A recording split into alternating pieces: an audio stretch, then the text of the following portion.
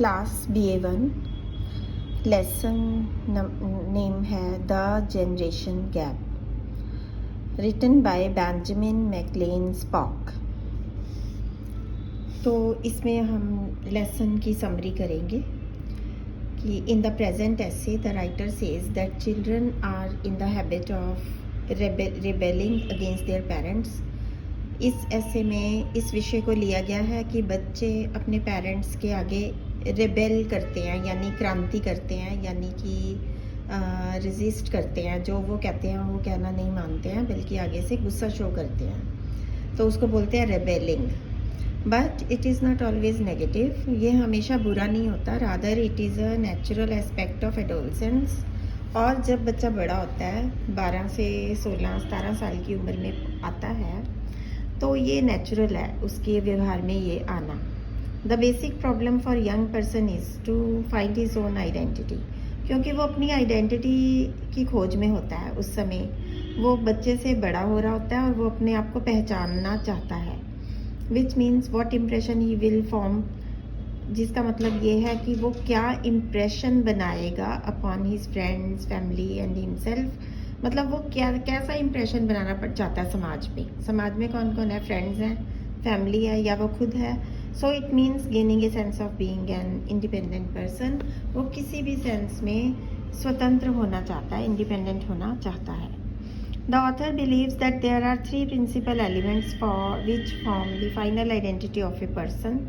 लेखक ये विश्वास करता है कि 3 ऐसे तत्व होते हैं जो किसी इंसान की पहचान बनते हैं। The first is the character, पहला उसका कैरेक्टर, उसका चरित्र, विच ही डेवलप्स इन हिज चाइल्डहुड। चरित्र की निर्माण कब होती है, बचपन में। For example, as you have observed that a boy follows his father but the little girl her mother.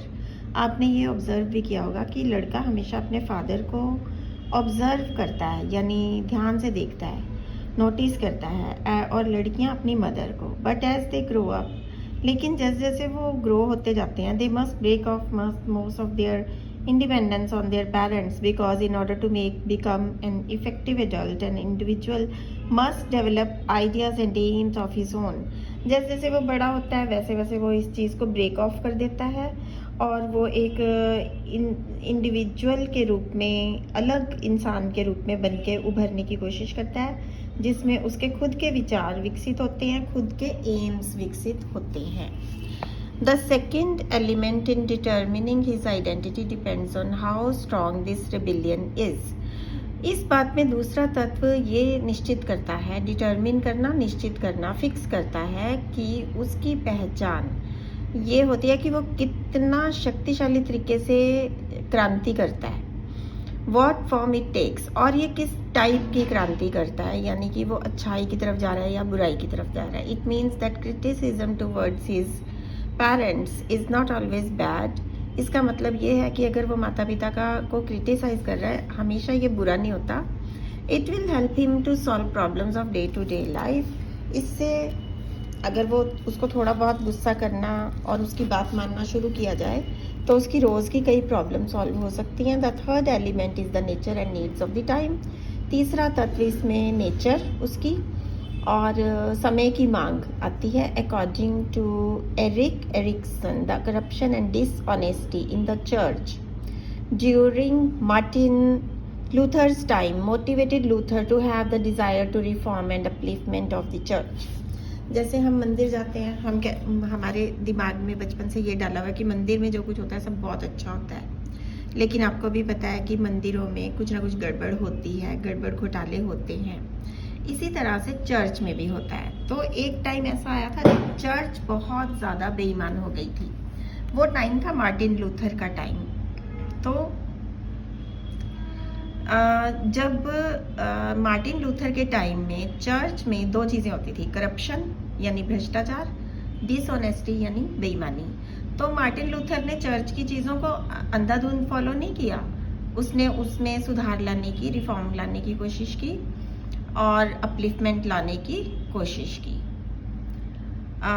As you know that many of the advances of civilization, अब सभ्यताएं जब बड़ी होती हैं have been achieved by young personalities। तो उनमें जवान लोग बहुत बड़ा एक हिस्सा इसका अचीव करते हैं, हासिल करते हैं, because they were not satisfied with the progress of the past, क्योंकि वो पुरानी चीज़ों से सेटिस्फाइड नहीं थे। They were able to reform the changes of their past with their strong determination only. वो अपने परिवर्तनों को सुधारते हैं, परिवर्तनों द्वारा चीज़ों को, पुरानी गलत चीज़ों को सुधारते हैं अपने डिटर्मिनेशन से। ठीक है, तो explain the title of the chapter. Title क्या है चैप्टर का? The generation gap.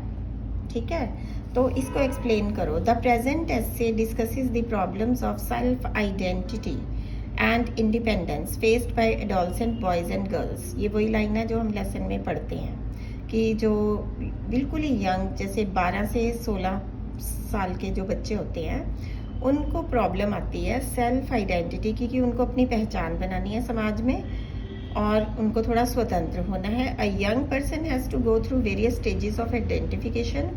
एक जवान व्यक्ति को कई तहों में से गुजरना पड़ता है पहचान बनाने के लिए। द यंग जनरेशन, जो जवान लोग हैं, rejects the earlier role models. वो पुरानी चीज़ों को रिजेक्ट करते हैं। Form a new identity in accordance with the need of the time. और नई आइडेंटिटी बनाते हैं समय के अनुसार। The desire to form a new identity may be misunderstood by old generation as rebellion. तो ये जो इच्छा होती है नई आइडेंटिटी, नई पहचान बनाने की, ये मिसअंडरस्टैंड हो जाती है पुरानी जनरेशन की या क्रांति की वजह से। This rebelliousness is common. क्रांति बहुत कॉमन है, हर घर में होती है, बिकॉज इट इज़ नेचुरल, क्योंकि ये स्वाभाविक है। एस्पेक्ट ऑफ एडोलसेंस, और ये एक एडोलसेंस का, एडोलसेंस मीन्स मैंने आपको कई बार बता दिया 12 to 16, 17 ईयर्स ऑफ एज, उसका एक कुदरती हिस्सा है। This is the gap between young and old generation. ये जो यंग और ओल्ड के बीच में गैप है, ये इसी के बारे में ये चैप्टर है। दस the title is very much appropriate, इसलिए टाइटल बिल्कुल सूटेबल है।